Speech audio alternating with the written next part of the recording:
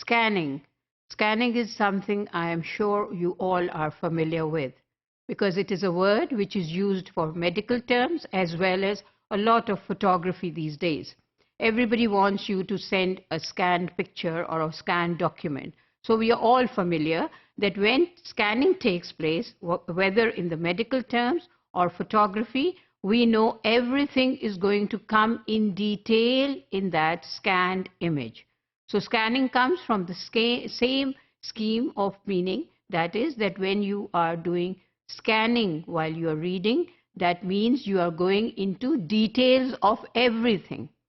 Now these details depend on the level. If you are with the primary children, it won't be having many details. But if you are with the secondary school children or the higher school children, then there is a lot to scan while they are reading.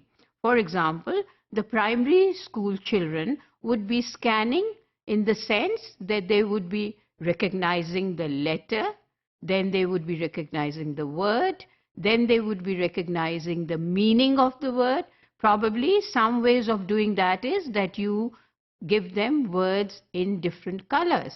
You put R in, for example, you put it for R for red.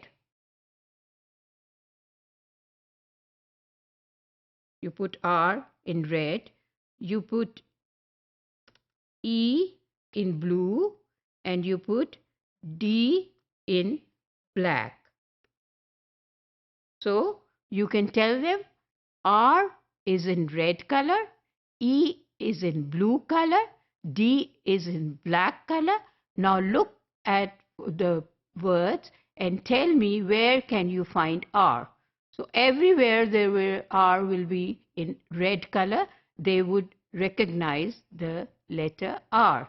Similarly, if you tell them E is in blue color, so in the sheet they will look for all the blue colors and that will be E for their recognition. And similarly, you do the same exercise with D in black and they look for all the black letters which would be D. And then they would be able to recognize R, E and D. You can do similar exercises with all the other alphabets as well. Whereas if it is a secondary school student and you want the student to scan the material he is reading, then you need to tell him, of course, the instructions are very important for scanning.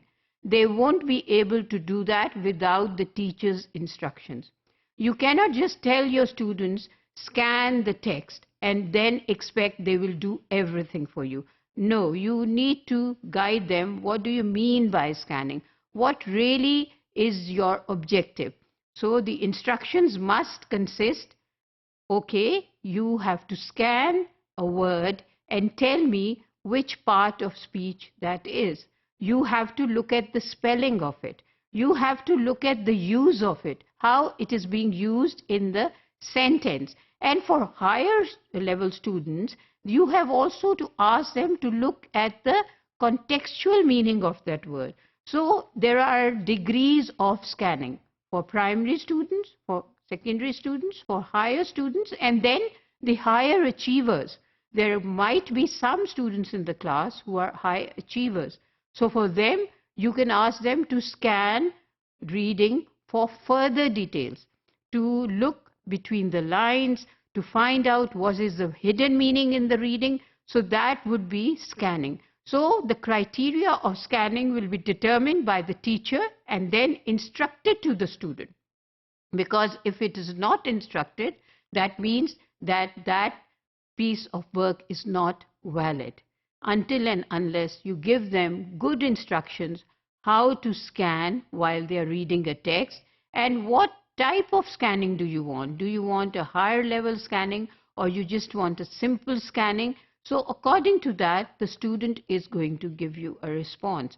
And there can be another ways of evaluating whether your students are doing scanning well or not. And that is on the board, you can write a few criteria. For example, okay, if you look at the word and get the understanding of it contextually, that means you are going to get 5 marks for your reading. So in this way, the students would be knowing what they really have to do while they are scanning a text.